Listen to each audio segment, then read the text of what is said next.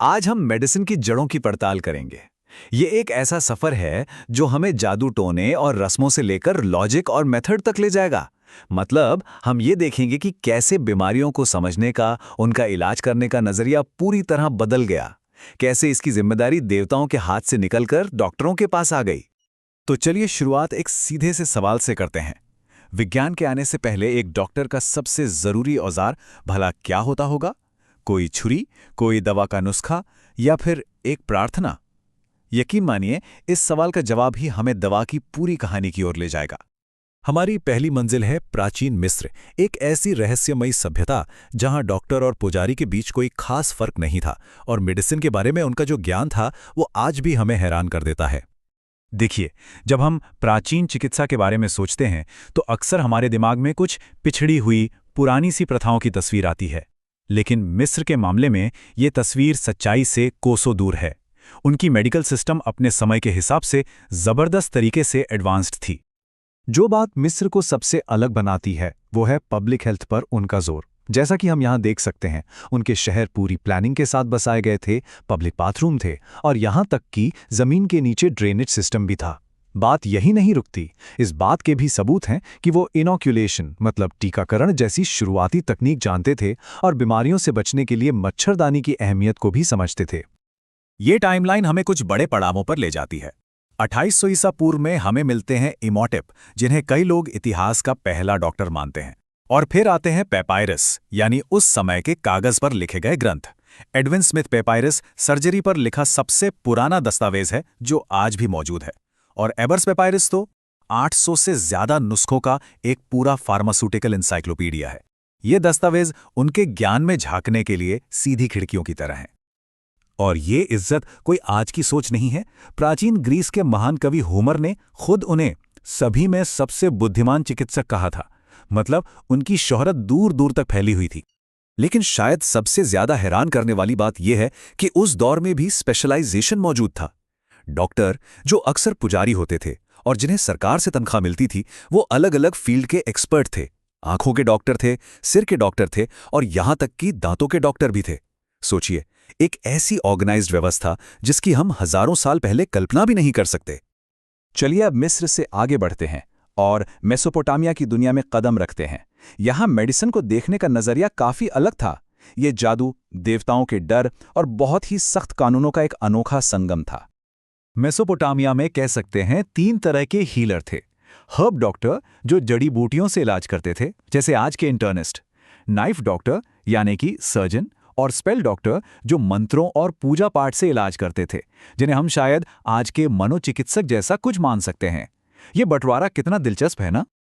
ये समझने के लिए कि उनकी दवा जादू टोने से कितनी जुड़ी थी, बस हिप्नोस्कोपी को समझना होगा। उनका मानना था कि जीवन का केंद्र लिवर यानी जिगर में होता है। तो बीमारियों का पता लगाने के लिए वो बलि दिए गए जानवरों के लिवर की जांच करते थे। बीमारी का पता लगाने का एक ऐसा तरीका जो आज हमें बिल्कुल अजीब लगता है। मेसोपोटामिया में डॉक्टर होना भाई बहुत बड़ा खतरा था। मशहूर हम्मुराबी के कानून के तहत, जो मेडिकल प्रैक्टिस पर लिखा पहला कानूनी दस्तावेज था, एक गलती की बहुत भारी कीमत चुकानी पड़ सकती थी।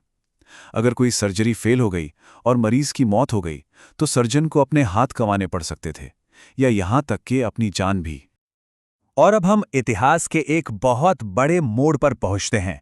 हम चलते हैं प्राचीन ग्रीस, जहां से पश्चिमी सोच की शुरुआत हुई और जहां चिकित्सा ने एक जबरदस्त मोड़ लिया।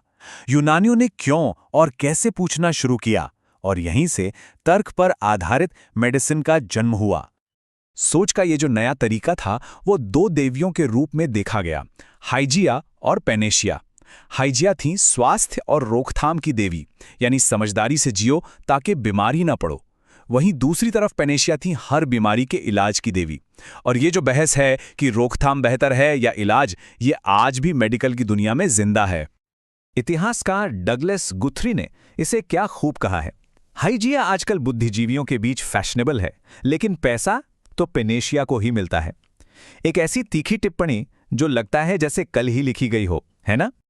और इसी फिलॉसॉफिकल बहस के बीच एक ऐसे शख्स का उदय हुआ जो सब कुछ बदलने वाला था। एक ऐसा व्यक्ति जिसका नाम ही मेडिसिन का दूसरा नाम बन गया, हिप्पोक्रेट्स। हिप्पोक्रेट्स, जिन्हें फादर ऑफ मेडिसिन भी कहा जाता है, उन्होंने सदियों से चली आ रही परंपरा को सीधी चुनौती दी।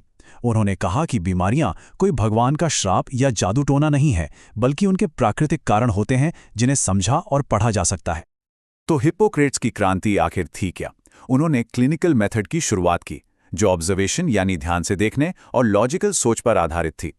वो पहले इंसान थे जिन्होंने अपने मरीजों की केस हिस्ट्री तैयार की ताकि पैटर्न खोज सकें।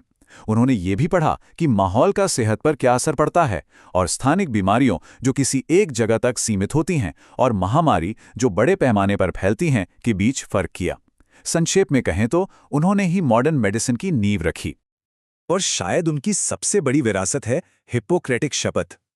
ये सिर्फ एक शपथ नहीं है, ये मेडिकल एथिक्स का आधार बन गई, जिसने डॉक्टरों के लिए एक नैतिक कोड सेट किया जिसका केंद्र मरीज की भलाई थी। एक ऐसी शपथ जो आज भी अलग अलग रूपों में दुनिया भर के हेल्थ प्रोफेशनल्स को गाइड करती है।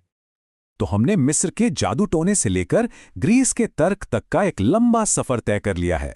अब चलिए देखते हैं कि इन प्राचीन विरासतों का हमारी आज के मॉडर्न मेडिसिन से क्या लेना देना है। ये टेबल हमारे पूरे सफर का सार है। मिस्र से हमें स्पेशलाइजेशन और पब्लिक हेल्थ का आइडिया मिला। मेसोपोटामिया ने हमें मेडिकल प्रैक्टिस को रेगुलेट करने के लिए पहले कानूनी कोड दिए, और ग्रीस ने हमें क्लिनिकल मेथड और एक नैतिक ढांचा दिया। हर सभ्यता ने मेडिसिन की इस बड़ी सी पहेली में अपना एक जरूरी टुकड़ा जोड़ा है। और इस बात को एक और नजरिए से देखिए। मिस्र का मेडिकल सिस्टम अपने विज्ञान और धर्म के मिश्रण के साथ ग्रीक विचारों के आने से पहले लगभग 2500 सालों तक प्राचीन दुनिया पर हावी रहा। सोचिए, ये ग्रीस के स्वर्ण युग से लेकर आज तक के समय से भी ज्यादा लंबा है। और इसी के साथ हम वापस वहीं आ जाते हैं, हाइजिया और पेनेशिया की बहस पर। अगर ये चर्चा कि रोकथाम बेहतर है या इलाज हजारों साल पहले शुरू हुई थी, तो आज हम कहाँ खड़े हैं? हमारे हेल्थ केयर सिस्टम किस पर ज्यादा जोर देते हैं? इसका जवाब शायद हमारे समाज के बारे में बहुत कुछ कहता है। हम इसी सवाल के साथ आज की बात खत्म करते हैं।